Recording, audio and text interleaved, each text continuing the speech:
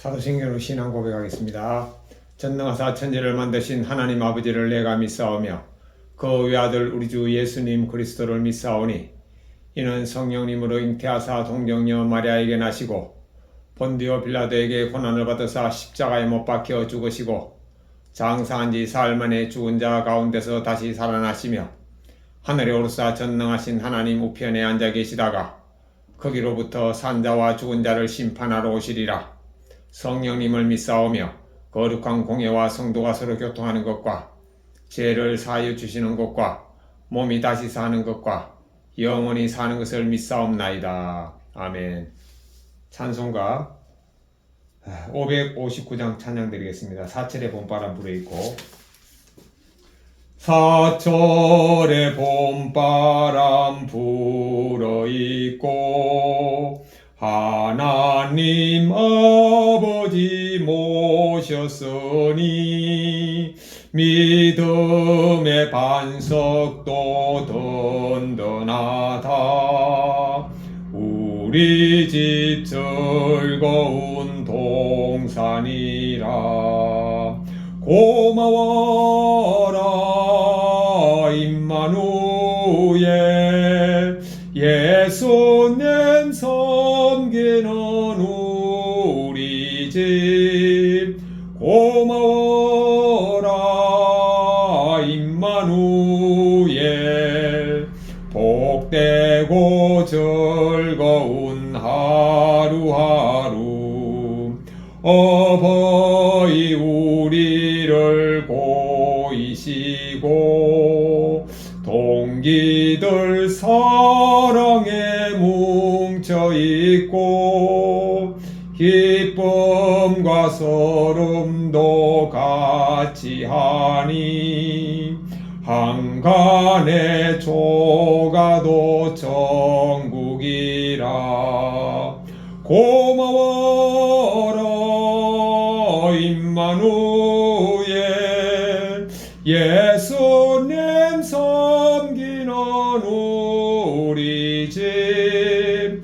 고마워라 임마누엘 복되고 즐거운 하루하루.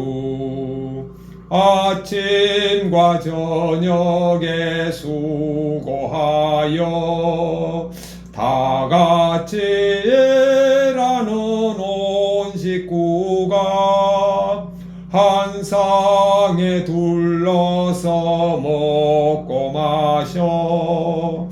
여기가 우리의 낙원이라.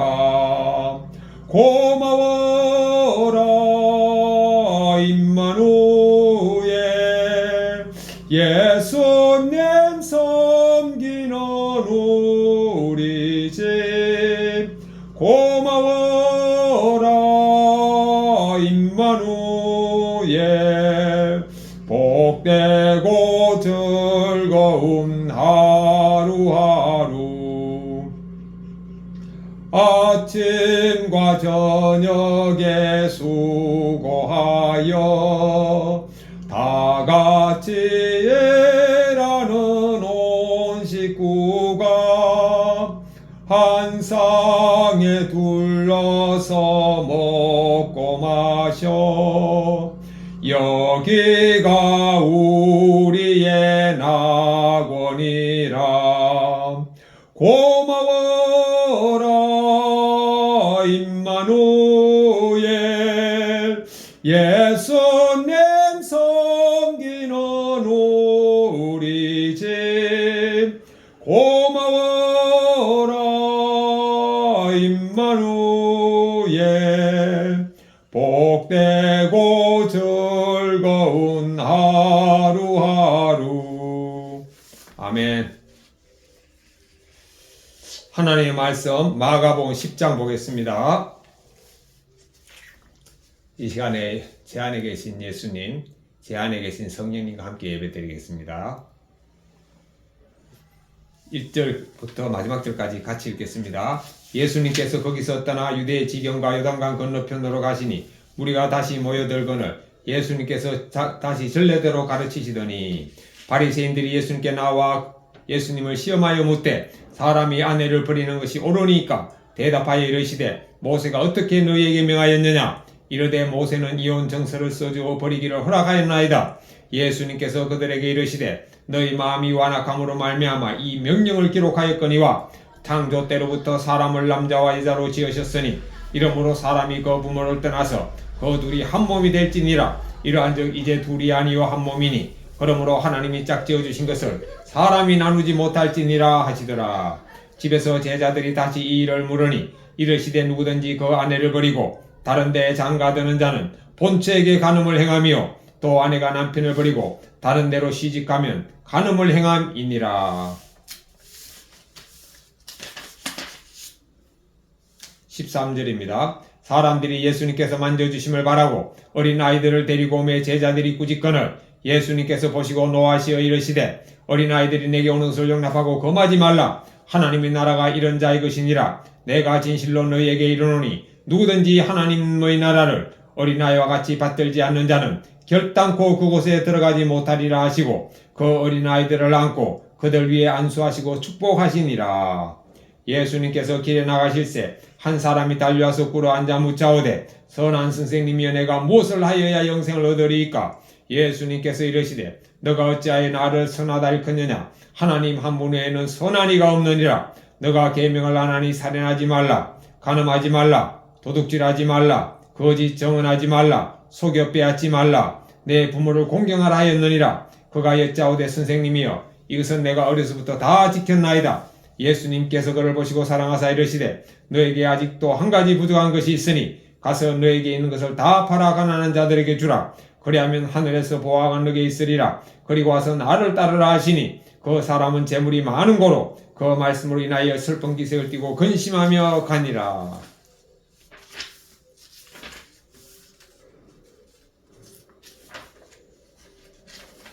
23절 보겠습니다. 같이 읽겠습니다. 예수께서 둘러보시고 제자들에게 이르시되 재물이 있는 자는 하나님의 나라에 들어가기가 심히 어렵도다 하시니 제자들이 그 말씀에 놀라는지라. 예수님께서 다시 대답하여 이르시되 얘들아 하나님의 나라에 들어가기가 얼마나 어려운지 낙타가 바늘기로 나가는 것이 부자가 하나님 나라에 들어가는 것보다 쉬우니라 하시니 제자들이 매우 놀라 서로 말하되 그런즉 누가 구원을 얻을 수 있는가 하니 예수님께서 그들을 보시며 이르시되 사람으로는 할 수 없으되 하나님으로는 그렇지 아니하니 하나님으로서는 다 하실 수 있느니라. 베드로가 여짜와 이르되 보소서 우리가 모든 것을 버리고 주님을 따랐나이다. 예수님께서 이르시되 내가 진실로 너희에게 이르노니 나와 복음을 위하여 집이나 형제나 자매나 어머니나 아버지나 자식이나 전토를 벌인 자는 현세에 있어 집과 형제와 자매와 어머니와 자식과 전토를 100배나 받되 박해를 겸하여 받고 내세에 영생을 받지 못할 자가 없느니라. 그러나 먼저 된 자로서 나중되고 나중된 자로서 먼저 될 자가 많으니라. 32절입니다. 예루살렘으로 올라가는 길에 예수님께서 그들의 앞에 서서 가시는데 그들이 놀라고 따르는 자들은 두려워하더라. 이에 다시 12 제자를 데리시고 자기가 당할 일을 말씀하여 이르시되 보라 우리가 예루살렘에 올라가노니 인자가 대제사장들과 서기관들에게 넘겨짐에 그들이 죽이기로 결의하고 이방인들에게 넘겨주겠고 그들은 능욕하며 침뱉으며 채찍질하고 죽일 것이나 그는 3일 만에 살아나리라 하시니라. 세베대의 아들 야고보와 요한이 주님께 나와 여짜오되 선생님이여 무엇이든지 우리가 구하는 바를 우리에게 하여 주시기를 원하옵나이다. 이르시되 너희에게 무엇을 하여 주기를 원하느냐. 여짜오되 주의 영광 중에서 우리를 하나는 주님의 우편에 하나는 좌편에 앉게 하여 주옵소서. 예수님께서 이르시되 너희는 너희가 구하는 것을 알지 못하는도다. 내가 마시는 잔을 너희가 마실 수 있으며 내가 받는 세례를 너희가 받을 수 있느냐. 그들이 말하되 할 수 있나이다. 예수님께서 이르시되 너희는 내가 마시는 잔을 마시며 내가 받는 세례를 받으려니와 내 좌우편에 앉는 것은 내가 줄 것이 아니라 누구를 위하여 준비되었든지 그들이 얻을 것이니라. 41절입니다. 같이 읽겠습니다.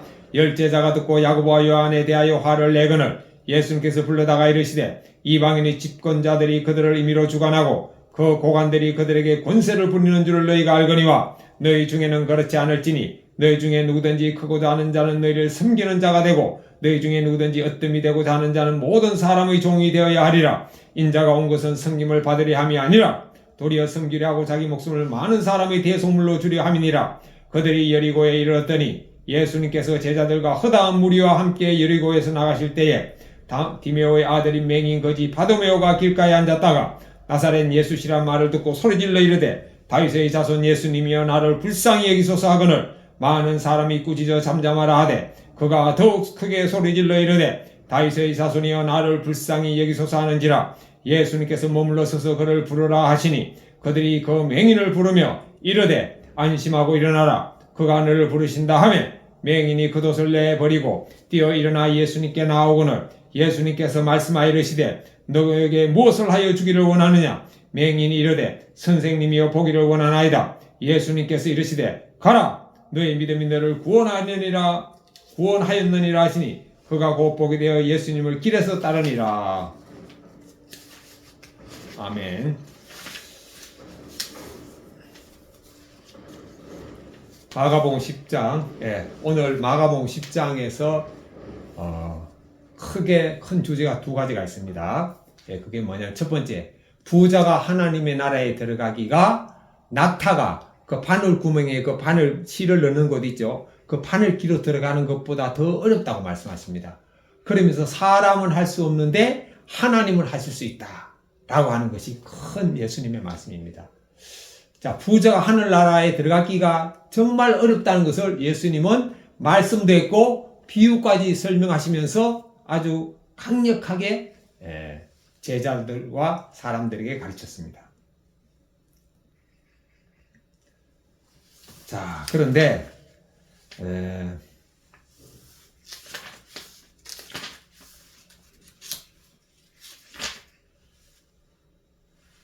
제자들에게 말해요. 제자들에게. 자, 그리고 그러면은 결론부터 말씀드리면은 사람 힘으로는 하나님 나라가 들어갈 수 없다는 거죠. 하나님의 힘으로 들어간다. 이건 뭐냐면은 사람이 들어갈 자격이 안 되는데 하나님이 들어가게 해주다는 게 아니에요. 다 이렇게 많은 분들이 설교하시더라고요. 사람은 들어갈 수 없는데 하나님의 은혜로 들어가게 해주신다. 여러분, 예수님이 여기에 하나님의 은혜란 말을 어디에 표현하고 있습니까? 전혀 없습니다. 그 자기들 생각입니다. 저는 이것을 이렇게 해석합니다. 사람의 힘으로는 자기의 재산을 이웃에게 나눠줄 수 없어요. 그러니까 하나님께서 첫 번째, 예수님 그랬죠? 두 가지 계명, 새로운 계명을 줬죠. 첫 번째는 하나님을 사랑하라. 마음과 목숨과 뜻과 힘을 다하여. 두 번째, 내 이웃을 내 몸같이 사랑하라 했잖아요. 내 이웃을 내 몸같이 사랑하면은 내 이웃에게 쓰는 돈은 나에게 쓰는 돈과 동일하죠. 그러니까 이게 순종이 안 되면은 당연하게 내 돈을 이웃에게 나눌 수가 없는 거죠. 그러니까 내 재산을 이웃에게 나눌 수 없는 사람은 내 이웃을 내 몸같이 사랑하라는 하나님의 말씀에 불순종하는 겁니다. 그런데 뭐 하나님의 은혜로 하늘나라에 들어갈 수 있다고요? 아닙니다. 그런데 이렇게 질문한 베드로는 사실 이때까지만 해도 이웃을 위해 자기 돈을 줄 수가 없어요. 그런데 이 베드로가 나중에 거듭나고 그야말로 하나님의 은혜를 받고 난 다음에 어떻게 됐죠? 자기 돈뿐만 아니고 자기 생명까지 예수님과 복음을 위해서 바쳤잖아요. 이것이 바로 하나님이 하시는 일이죠. 인간으로는 자기의 돈도 줄 수 없습니다. 이웃에게. 그러나 하나님은 재산뿐만 아니고 생명까지도 예수님과 이웃과 복음을 위해서 기쁘게 바치도록 하는 거죠. 이것이 바로 뭐냐? 이것이 하나님이 하신 일이죠. 두 번째 주제는 뭐냐면은,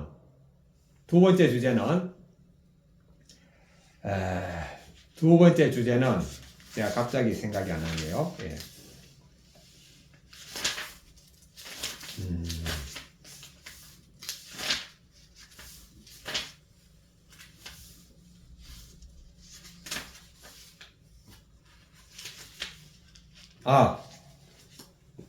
두 번째 주제는 하나님이 짝지어진 결혼제도를 사람이 나누지 못한다고 합니다.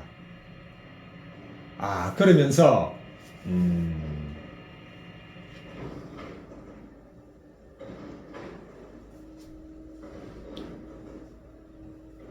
아내를 버리고 다른 데 장가드는 자는 본처에게 간음을 행하는 것이고 또 남편을 버리고 다른 데 시집가는 여자도 본 남편에게 간음을 행하는 것이라고 믿습니다. 요한계시록에 간음을 행한 자는 천국에 들어가지 못한다고 했습니다. 그래서 하나님이 짝지어줬다. 그러니까 결혼은 내가 좋아서 하는 것지만 결국에는 하나님이 짝지어줬다는 것이 우리 하나님 믿는 사람들의 믿음입니다. 그래서 마가복음 10장은 크게 결혼에 대한 주제, 두 번째는 하늘나라에 들어가는 주제, 이 엄청난 두 가지 문제를 우리에게 하나님의 말씀으로 알려주고 계십니다. 구체적으로 살펴보겠습니다. 1절 보겠습니다. 예수님께서 거기서 떠나 유대 지경과 요단강 건너편으로 가시니 무리가 다시 모여들거늘 예수님께서 다시 전례대로 가르치시더라.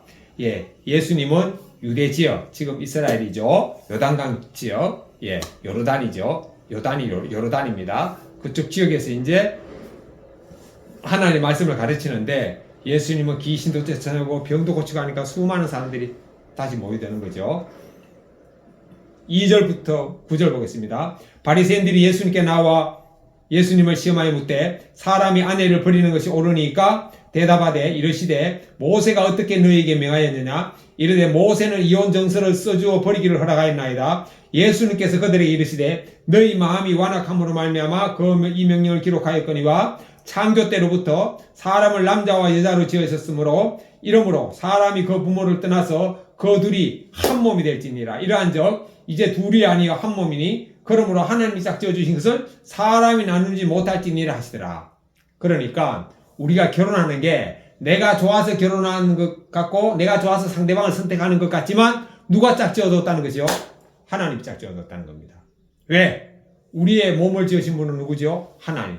우리의 마음과 영혼을 주관하는 분은 누구죠? 하나님입니다. 그래서 결혼은 바로 하나님이 짝지어준 사람하고 하는 것이고 그것은 둘이 한 몸이 된 거예요. 우리가 아무리 괴롭더라도 내 기능을 못한다고 그 몸을 잘라냅니까?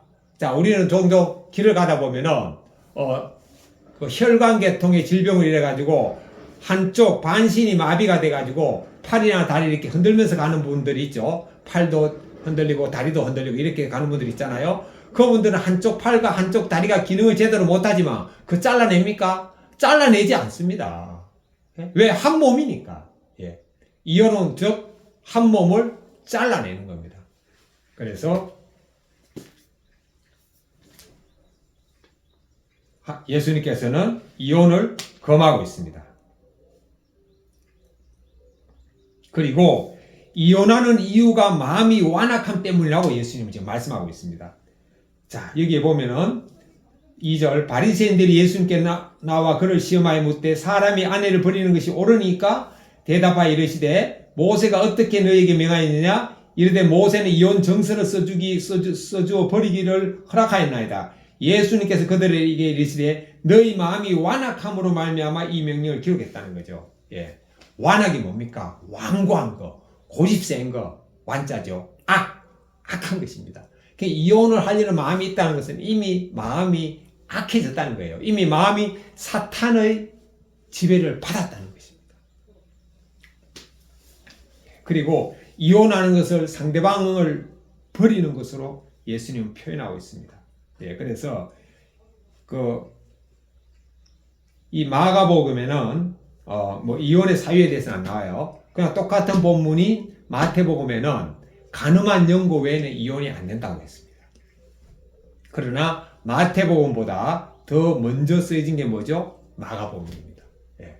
간음한다고 또 세상적인 이혼의 조건도 되고 또 예수님도 말씀했지만 그렇지만 간음했다고 또 다 이혼하고 이러면은 사실 우리도 수많은 사람들이 가정을 이루지 못하겠죠. 우리도 사실 예수님 믿고 하나님 믿는다 그러지만 영적으로 얼마나 많이 가능합니까? 영적으로 가능하는 게 뭐죠? 내가 믿는 예수님보다 다른 것을 더 사랑하고 더 존중히 여기는 게 영적으로 가능하는 거 아닙니까? 그럼에도 불구하고 우리가 회개하고 오면은 예수님이 또 받아주잖아요. 그래서 오늘 말씀은 이혼을 하는 것은 바로 남자가 이혼을 요구해서 하는 것은 본처에게 간음을 행하는 것이고 또 여자가 남편에게 이혼을 요구해서 하는 것은 남편에게 간음을 행하는 것이라고 했습니다. 그래서 이혼을 금하고 있습니다.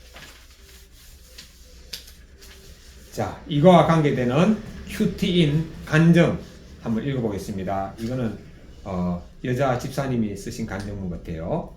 가정을 지킨 남편 이은일님. 저희 부부는 2년 넘게 교제하다가 약혼한 뒤 1년이 지나서 결혼했습니다. 이후 서로 아끼고 사랑하며 살 줄 알았는데 착실하고 믿음 좋아 보이던 남편은 매일 밤 술에 취해 들어왔습니다. 결혼 생활은 점점 피폐해졌고 남편이 폭행 사건으로 경찰서까지 가게 되자 저는 헤어지자고 말했습니다. 교회 다니는 사람이 어떻게 술을 마시냐고 정죄하며 완악한 마음으로 이혼은 당연하다는 듯 남편을 몰아세웠습니다. 하지만 남편은 이혼에 응해주지 않았습니다. 이렇게 불안한 가정 환경에서 빨리 떠나고 싶었는지 딸은 25살에 결혼했습니다. 그러나 1년도 채 되지 않아 이혼했습니다. 그때 저는 아직 자녀도 없고 혼인신고도 하지 않았으니 괜찮지 않을까라고 생각하며 적극적으로 말리지 않았습니다. 그러나 이혼 후 딸은 삶의 의욕을 잃어갔고 영육간에 방황하다가 이혼한 지 10년이 지나 재혼했습니다. 한편 남편은 은퇴한 뒤 자연스레 술자리가 줄어들어 저와 싸우는 횟수도 줄었습니다. 평생 술 마시며 방탕하게 살았지만 남편은 적어도 신랑 대신 예수님과 한 몸을 이루어 기쁘게 살았습니다. 반면 저는 딸의 이혼을 가볍게 여기고 긴 시간 흑암 속에 살게 한 죄인입니다. 그 시절 하나님이 짝지어 주신 것을 사람이 나누지 못할지니라는 말씀을 기억하고 인내하게 했다면 딸이 이혼하지 않았을 거라는 뒤늦은 후회를 하게 됩니다. 제 미움과 원망을 받아내며 끝까지 이혼을 막아준 남편에게 고맙습니다. 이상적인 남편상을 만들어 놓고 우상 삼다가 그것이 깨지자마자 이혼하고자 했던 바리새인 같은 저를 긍휼히 여기시고 가정을 지켜주신 하나님께 감사드립니다. 적용 1. 남편에게 걸핏하면 이혼하자고 한 잘못을 진심으로 사과하겠습니다. 적용 2. 공동체에서 이혼하려는 지체를 만나면 제 이야기를 들려주며 적극적으로 말리겠습니다.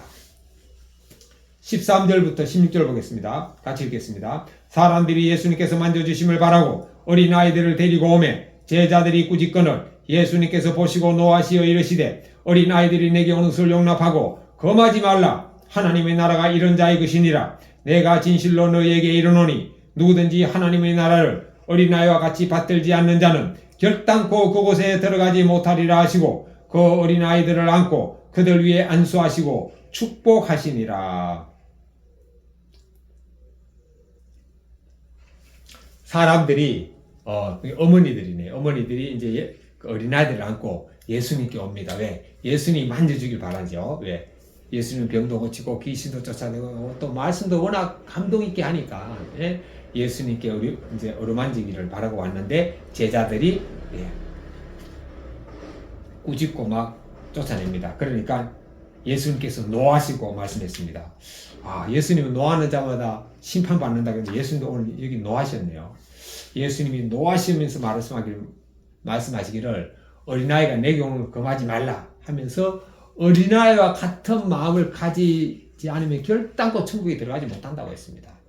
아, 오늘은요 10장에는 천국에 들어가지 못하는 것을 두 가지를 특별히 말씀했네요. 어린아이 같은 마음을 갖고 살지 않으면 천국에 결단코 들어가지 못한다. 예수님은 결단코 강조했거든요. 그러니까 우리가 어린아이들 같은 마음을 가져야 된다는 거죠. 어린아이 같은 마음은 뭐죠? 겸손한 마음, 순수한 마음. 요즘은 뭐 어린아이도 악하지만 그럼에도 불구하고 어린아이들은 어른보다는 순수하고 어른보다는 그래도 마음이 약하잖아요. 자, 이렇게 어린아이 같은 마음으로 우리가, 그리고 또 지금 시대 어린아이가 아니고 예수님 시대의 어린아이입니다. 예수님 시대의 어린아이는 당연히 겸손하고 당연히 착했죠. 우리 때만 해도 지금하고 또 문화가 틀리죠. 부모님이 뭐라 그러면 우리는 순종했습니다. 때로는 뭐 잘못하면 두드려 맞기까지 했죠. 요새는 뭐 부모가 자식 때리도 뭐 신고한다 그러더라고요. 참 개판입니다, 나라가. 자, 이렇게 해서 이때 어린아이들은 착했습니다. 순수했습니다. 그래서 우리가 중요한 것은 어린아이 같은 마음으로 우리가 살아야지만이 천국에 간다는 거죠. 그런데 요즘은 뭐 교회만 가면 다 천국에 가는 걸로, 그러니까 그렇게도 가르치고 또 그렇게 믿고 살기도 하고 상가집에 가면 교회 다니다 세상 떠난 사람 다 천국 갔다고 믿잖아요. 성경은 결코 그렇게 가르치지 않습니다.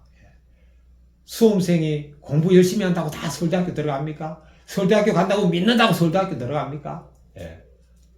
점수 기준에 넘어서야지 들어가는 거죠. 자기가 믿는다고 열심히 했다고 들어가는 게 아니에요. 천국도 마찬가지입니다. 성경이 기준입니다. 성경. 예수님은 그랬잖아요. 어린아이 같은 하나님의 나라를 어린아이와 같이 받들고 섬기고 순종하지 않으면 결단코 천국에 들어가지 못한다고 했습니다. 17절부터 20절 보겠습니다. 예수님께서 길에 나가실새 한 사람이 달려와서 꿇어 앉아 묻자오되 선한 선생님이 내가 무엇을 하여야 영생을 얻으리이까? 예수님께서 이르시되 너가 어찌하여 나를 선하다 일컫느냐? 하나님 한 분 외에는 선한 이가 없느니라. 너가 계명을 안 하니 살인하지 말라, 간음하지 말라, 도둑질하지 말라, 거짓 증언하지 말라, 속여 빼앗지 말라, 내 부모를 공경하라 하였느니라. 그가 여쭤오되 선생님이여 이것은 내가 어렸을 때부터 다 지켰습니다. 예수님이 길을 가는데 한 사람이 달려와서 다 꿇었어요. 그러니까 이 사람은 누군가 하면 재물이 많은 부자거든요. 부자가 꿇었다. 그거는 뭐죠? 부자가 겸손한 마음이 있네. 이 사람은 겸손한 마음이 있네요. 그리고 또 예수님이 워낙 크신 분이기 때문에 막 꿇었어요. 그러면서 영생 얻는 법을 좀 알려주세요. 예수님께 요청했습니다. 그 예수님은 그 부자의 마음을 다 알죠. 그러면서 십계명을 말씀하십니다. 부모를 공경하라, 살인하지 말라, 거짓말을 하지 마라, 거짓 증거하지 말라, 속여 빼앗지 말라, 뭐 도둑질하지 말라. 그러니까 이 사람이 다 지켰다고 했습니다. 지킬 수 있죠. 왜냐하면은 어릴 때부터 유대인들은 경건 훈련을 받으니까. 하나님의 말씀을 이마에 붙이고 다니잖아요. 문기둥에도 붙여놓잖아요. 손목에도 메고 다니잖아요.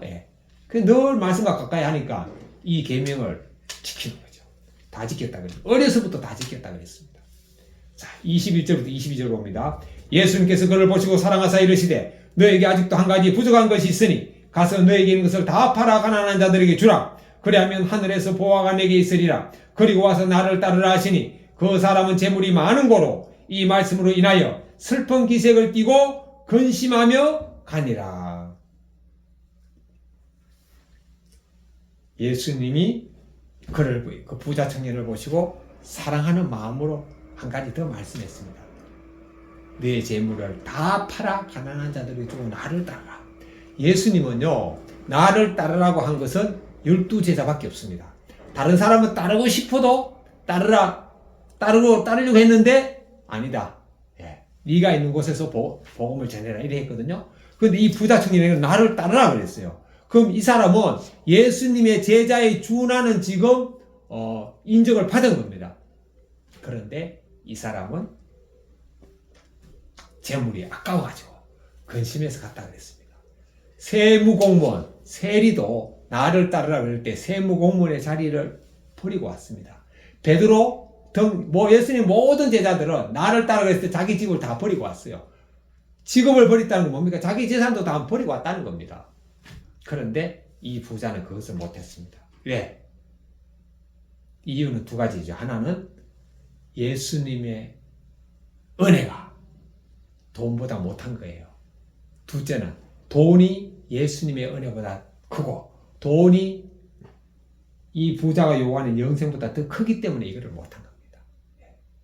예수님의 은혜가 우리에게 임하면은 여러분 돈 버리는 거, 내 직업 버리는 거 여러분 가볍게 버릴 수 있습니다. 기쁘게 버릴 수 있습니다. 제가 증인입니다. 제가 지금까지 직장을 2군데를 다녔고 한 군데는 제가 강제로 해직을 당한 거나 마찬가지고 또 한 군데는 제가 자원해서 나왔습니다. 고등학교 졸업하고 제가 동국무역이라는 회사에 들어갔는데 경리과에 있었는데 이제 제 직장 상사가 해가지고 제가 이제 뭐 강요하다시피 제가 퇴직을 당했죠. 그런데 그때는 제가 결혼도 안 했습니다. 나이도 뭐 20살 전후밖에 안 됐어요. 그 홀몸이죠. 그런데도 직장에 나오는 게 그렇게 두렵더라고요. 그런데 지금 생각하니까 저는 그분에 대해서 너무너무 감사하게 생각하고 그분이 저에게 그렇게 행동한 것이 하나님의 그 섭리 같아요. 왜냐하면은 그분이 저에게 그렇게 하지 않았다면은 저는 대학 갈 생각을 꿈에도 안 가졌거든요. 예.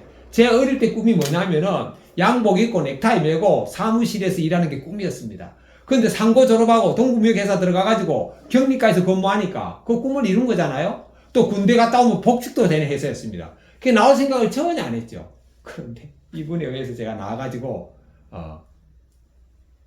부모님한테 말씀드리니까 대학 가라 그러더라고. 그래가지고 제가 준비해서 대학을 갔는데, 예.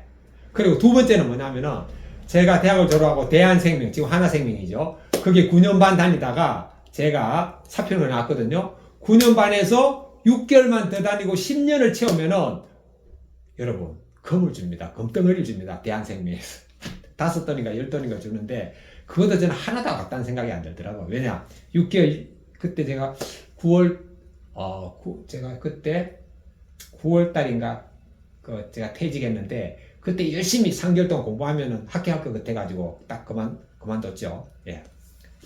6개월 나가놓고 딱 그만뒀습니다. 예, 퇴직 6개월, 6월달에 그만두는 겁니다. 퇴직 6개월, 9월달이네. 3월달이 10년이니까. 퇴직 6개월 나가놓고 그때 제가 가족도 있었죠. 아내는 전업주부였어요. 돈을 전혀 벌지 않은 상태였습니다. 제가 다 가정 책임을 맡았는데 불구하고 회사를 나오는데도 한창 일할 나이, 한창 인정받던 시대인 과장으로 제가 퇴직을 했는데 영수상하면서 직책은 과장이었죠. 하나도 제가 아까운 마음이 없고 깃털같이 가벼운 마음으로 회사를 퇴직했습니다. 그래서 저는 예수님과 복음을 위해서 회사를 버린 거죠. 97년도 10월 달에 회사를 그만두고 난 이후 지금까지 저는 한 번도 회사 그만둔 걸 후회하지 않았습니다. 생활비 벌기 위해서 제가 공사판에 가서 노동자 일을 할 때도 후회하지 않았습니다. 신동 가가지고 새벽에 신문 배달할 때도 제가 후회하지 않았습니다. 제가 짜장면 배달하면서도 한 번도 후회한 적이 없습니다. 왜냐? 예수님과 복음이 돈보다 훨씬 크다고 제가 느껴졌기 때문이죠. 그러니까 지금 예수님께서 이 부자에게 재물을 버리러 오라 하는데 이 부자는 아직까지 그 마음이 없었던 거죠. 저와 같은 이 마음은 제 마음이 아니죠. 제 안에 성령님이 계시니까 이 마음이 생기는 거예요. 부자는 성령님을 못 받으니까 이 마음이 없는 거죠. 자, 23절부터 25절 보겠습니다. 예수님께서 둘러보시고 제자들에게 이르시되 재물이 있는 자는 하나님 나라에 들어가기가 심히 어렵도다 하시니 제자들이 그 말씀에 놀라는지라. 예수님께서 다시 대답하여 이르시되 얘들아 하나님의 나라에 들어가기가 얼마나 어려운지 낙타가 바늘기로 나가는 것이 부자가 하나님의 나라에 들어가는 것보다 쉬우니라 하시니라. 이 말씀 그대로 해석하면은 부자는 하늘나라 못 갑니다. 왜 못 가는가 하면은 예수님 말씀을 어겼잖아요. 예수님이 하나님을 마음과 목숨과 뜻과 힘을 다해서 사랑하라 그랬죠. 그 다음 두 번째 이웃을 내 몸같이 사랑하라 그랬잖아요. 그것도 마음과 목숨과 힘과 뜻을 다. 부자가 가난한 이웃을 보고도 자기 재물을 안 썼다는 것은 하나님의 말씀을 어긴 것이잖아요. 그런데 이렇게 설교하는 목사님을 한 번도 저는 못 봤습니다. 다 대부분 어떻게 하는가 하면은 사람은 그렇게 할 수 없는데 하나님의 은혜로 하나님 나라에 들어갑니다. 이렇게 설교하더라고요. 아닙니다, 여러분. 성경에 그런 말씀이 어디 있습니까? 있으면 찾아와 저한테 좀 가르쳐 주세요. 그 제자들이 놀라는 거죠. 26절, 27절 보겠습니다. 제자들이 매우 놀라 서로 말하되 그런즉 누가 구원을 얻을 수 있는가 하니 예수님께서 그들을 보시며 이르시되 사람으로서는 할 수 없으되 하나님으로는 그렇지 아니하니 하나님으로서는 다 할 수 있느니라. 그 제자들이 놀라는 거죠. 누가 그렇게 할 수 있습니까? 성령님을 안 받으면요 아무도 이거 못합니다. 그러나 그 뒤로 제자들은 성령님을 받고 난 다음에 세례한 제하고 전부 돈뿐만 아니고 자기의 생명까지도 예수님과 복음을 위해서 바치면서 순교했습니다, 여러분. 이것이 바로 사람이 할 수 없는 일을 하나님이 하셨다는 거예요.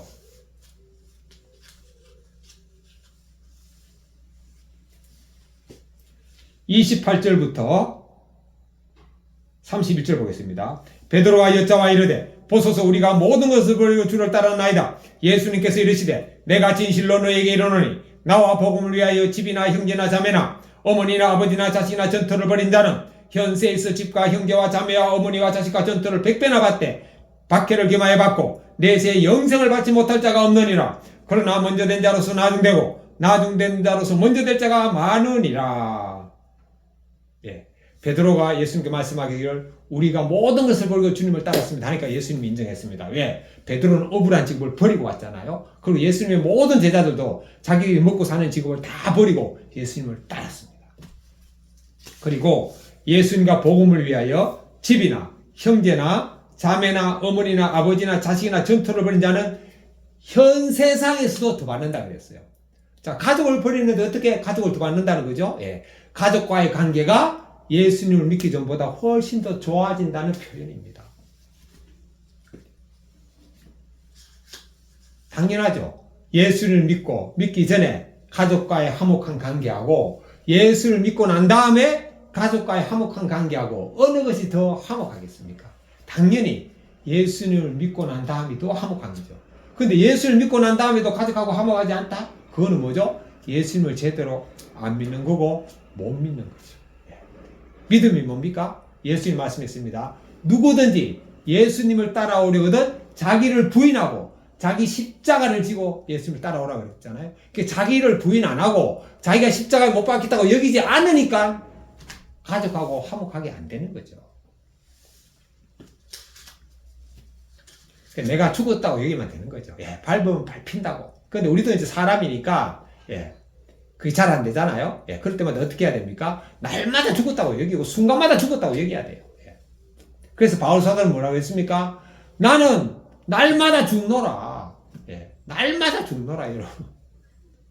날마다 내가 죽은 걸 봐야 돼요. 내가 안 죽었는데, 저 죽게 해주시옵소서. 이게 절대 아닙니다. 나는 이미 죽었어요. 예. 바울 사도가 고백했죠. 갈라디아 2장 10절에 내가 그리스도와 함께 십자가에 못 박혔나니, 예. 못 박혔나니, 못 박힐 것이다가 아닙니다. 이미 못 박혔어요. 과거예요, 과거. 이미 못 박혔어요. 그러니까 내가 십자가에 못 박힌 걸 내가 보는 거예요. 제가 이거 달고 다니는 십자가 아닙니까? 이거를 볼 때마다 내가 십자가에 못 박혔구나. 예. 이거를 제가 의식해야지. 예? 예. 아내하고의 다툼이 있어도 제가 이거를 의식 안 하면은요, 저의 본성이 나오잖아요. 이거를 의식하면은, 그래도 이것을 의식해서 본성이 나올 때도 있지만, 그래도 시간이 지나면은요, 이 말씀이 제 본성을 누르더라고요. 그래서 어제도 아침에 아내가 이제, 찌개 해가지고, 이제 그걸 제가 이제 도시락병에 담아가지고 가야 되는데, 아침에 아내하고 대화하다가 아내가 성질이 나니까 또 그동안 저한테 뭐 여러 가지 맺힌 게 많겠죠. 그러니까 너라는 표현을 써요. 너. 근데 제가 가장 듣기 싫은 말이 뭐냐면 너란 말이거든요. 예. 그리고 사람은 말을 막 하다 보면은 그 다음에 욕이 나와요. 욕을 하다 보면 이제 막 가는 거죠. 그래가지고 제가 가장 싫어하는 게 너라는 표현하고 욕인데 아내가 너라고 딱 하더라고. 그래 기분이 확 나빠가지고 안 되겠다. 이거 어떻게든 고쳐야 되겠다. 제가 고치라고 한다고 아내가 고치시겠습니까? 그래서 내가 행동을 보여줘야 돼가지고 제가 어제 결단했습니다. 아내가 너라는 말을 한마디로 하면은 그날은 제가 집에 있는 밥 안 싸가지고 나온다. 예. 그냥 나오기로 했습니다. 예. 그래서 제가 밥은 뭐 제가 한 거기 때문에 제가 도시락병에 담아갖고 반찬은 어제 마침 그저께 도시락 싸다가 먹은 김치가 병에 한 5분의 1 정도 남아있더라고. 그래서 그거 가지고 그냥 다른 반찬 안 가지고 그냥 나갔어요. 예. 그러니까 너라고 하지 말라 해도 아내가 말을 안 듣고 기분 나쁘면 너라 그러고 또 그게 계속 그래 되면 부부관계 갈수록 안 좋아지기 때문에 안 되겠다. 이제 아내한테 요구하지 말고 아내 그 말 하면 내가 그냥 행동으로 보여야 되겠다. 예. 그래서 제가 어제뿐만 아니고 앞으로도 제가 아내가 너라고 하면은 그냥 나올 겁니다. 원래는 제가 어제 저녁까지, 어제 기분이 안 좋아가지고 어제 집에 안 들어갈 생각까지 했어요. 저는 이제, 그러니까 이제 너라는 표현을 쓰면은 밥도 안 사가고 그날 집에도 안 들어온다. 이렇게 하면 아내가 못 느끼는 게 있겠지. 뭐 한두 번 못 느끼면 뭐 언제까지 될 때까지 그래 하는 거죠. 뭐. 그래서 어제 집에 안 들어올 생각까지 하다가 그거는 제가 좀 다스려가지고 집에는 들어왔습니다. 자, 이렇게 해가지고, 우리는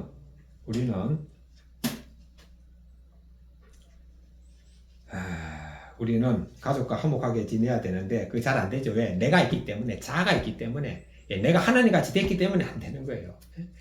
우리 천년적으로 안 됩니다. 태어날 때부터 하나님 같이 됐는데요. 그래서 먹여주고 재워주고 공부시켜주고 다 해주는 부모한테도 반항하는 게 자식 아닙니까? 왜? 하나같이 됐기 때문에. 지가 왕인 거예요. 부모 말 안 듣잖아요. 자기 길을 가르치는 선생님 말, 교수님 말도 안 듣는 게 학생이잖아요. 직장 가보세요. 부하 직원이 뭐 상사한테 진짜 마음속으로 순종합니까? 안 하잖아요. 겉으로는 해도 속으로는 막 내가 너보다 더 잘났는데. 이게 인간의 본성입니다. 본성. 왜? 하나님 같이 됐기 때문에. 그래서 이거를 이기는 길은 딱 한 가지밖에 없어요. 다른 거 없습니다. 십자가 외에는 없어요. 내가 십자가에 못 박혔나니 이거 생각하고 늘 나는 못 박힌 걸 본다. 이렇게 해야지만이 우리는 이것을 갖다가 이겨나갈 수가 있습니다. 예수님 나와 복음을 위해서 죽게 하여 주옵소서 아닙니다. 이미 죽었어요. 이미 죽은 시체를 보는 거예요. 자, 그래서 영생 얻는 거는 뭐냐? 영생 얻는 거는 예수님과 복음을 위하여 재산도 버리는 겁니다. 그래서 이런 삶을 실천한 사람도 많습니다. 그래서 기독교 문화를 가진 미국 같은 경우에는 워렌 버핏이나 마이크로소프트 회장 빌 게이츠 이런 사람들 자기 돈 버는 거 기부 많이 하잖아요. 많이 하고. 또 우리나라 같은 경우에도 유한양행을 세우신 유일한 박사님. 얼마나 참 존경스럽습니까? 그분도 미국 가서 공부했잖아요. 기독교의 그 사랑이 몸에 뱄기 때문에 자기의 전 재산을 다 회사 직원들에게 다 우리 사주로 다 물려줬잖아요. 자손들한테 세습하지 않았잖아요. 진짜 유일한 회장님 같은 경우에는 진짜 부자로서 재산을 다 사원들에게 준 진짜 이분은 당연히 천국 가 계시죠. 저도 제가 있는 재산 자녀가 아니고 다 나누고 가기를 소망합니다. 그래서 그래야지 예수님 말씀을 순종하게 되잖아요. 또 유일한 박사뿐만 아니고 전에 그 맨발의 전도자라는 지하철에서 맨발로 전도하는 그 할아버지 있었잖아요. 거지 할아버지. 맨발로 거지 할아버지. 그분은 김포공항 근처에 엄청난 땅이 있었는데 지주의 아들인데 그거를 그게 전쟁이 일어나고 난 다음에 그 해방 전쟁 때 이제 많은 사람들이 피난와가지고 거기에 막 판잣집 짓고 막 살았거든요. 나중에 그 집을 사람들이 다 이제 등기해가지고 살길래 그냥 자기 초지라고 찾으려고 하지 않고 그냥 다 그 사람들한테 그냥 줬습니다. 다 줬습니다. 자기는 이제 자그마한 단독주택 거기서 살더라고요. 사모님하고. 자녀들은 또 목사님도 되시고 이러더라고요. 이렇게 자기의 재산을 실제로 나눠준 신앙의 선배님들이 있습니다. 여러분. 자, 그 다음에 또 자녀들한테 유산은 최고 유산이 뭡니까? 돈은 벌면 되죠. 이런 마음을, 이런 믿음을 상속하는 것이 최고의 유산 아닙니까? 자, 32절부터 34절 보겠습니다. 예루살렘으로 올라가는 길에 예수님께서 그들 앞에 서서 가시는데 그들이 놀라고 따르는 자들은 두려워하더라. 이에 다시 12제자를 데리시고 자기가 당할 일을 말씀하여 이르시되 보라 우리가 예루살렘에 올라가노니 인자가 대제사장들과 서기관들에게 넘겨지매 그들이 죽이기로 결의하고 이방인들에게 넘겨주겠고 그들은 능욕하며 침뱉으며 채찍질하고 죽일 것이나 그는 3일 만에 살아나리라 하시니라. 예수님은 예루살렘을 올라가는 길에 제자들에게 자신이 이제 붙잡혀가지고 죽을 것을 말씀하십니다. 그리고 3일 만에 살아날 것을 말씀하시죠. 35절부터 37절입니다. 세베대의 아들 야고보와 요한이 주님께 나와 여짜오되 선생님이여 우리가 무엇이든지 우리가 구하는 바를 우리에게 하여 주시기를 원하옵나이다. 이르시되 너희에게 무엇을 하여 주기를 원하느냐. 여짜오되 주의 영광 중에서 우리를 하나는 주님의 우편에 하나는 좌편에 앉게 하여 주옵소서. 야고보와 요한이 예수님께 와가지고 선생님 우리를 하나님의 예수님의 우편과 좌편에 앉게 하여 달라고 탁 이렇게 요청하는 거죠. 예수님 지금 죽는 것을 얘기하는데 세례야안이 아니죠. 야고보와 요한은 예수님에게 자기들에게 높은 자리 달라고 요구하는 거예요. 왜냐하면은 아직까지 거듭나지 않았기 때문에 세상의 가치관이 꽉 들이차서 그런 거죠. 충분히 이해합니다. 38절부터 40절입니다. 예수님께서 이르시되 너희는 너희가 구하는 것을 알지 못하는도다. 내가 마시는 잔을 너희가 마실 수 있으며 내가 받는 세례를 너희가 받을 수 있느냐? 그들이 말하되 할 수 있나이다. 예수님께서 이르시되 너희는 내가 마시는 잔을 마시며 내가 받는 세례를 받으려니와 내 좌우편에 앉는 것은 내가 줄 것이 아니라 누구를 위하여 준비되었던지 그들이 얻을 것이니라. 예수님이 제자들이 묻죠. 너희는 내가 받을 세례와 내가 받을 잔을 받을 수 있겠느냐 하니까 제자들이 그게 뭔지도 몰라요. 그게 죽음과 순교인데 예, 할 수 있습니다 하니까 예수님이 그래, 너희들은 할 수 있다. 제자는 실제로 했잖아요. 성령으로 거듭나고 난 다음에 세례 요한 빼고는 다 세례 요한이 아니죠. 요한 계시록을 기록한 요한 빼고는 모두 순교의 길로 갔습니다. 그러나 예수님께서 좌우편에 앉는 것은 하나님이 하실 일이라고 딱 말씀하십니다. 그 예수님도 하나님의 존재에서 또 말씀했잖아요.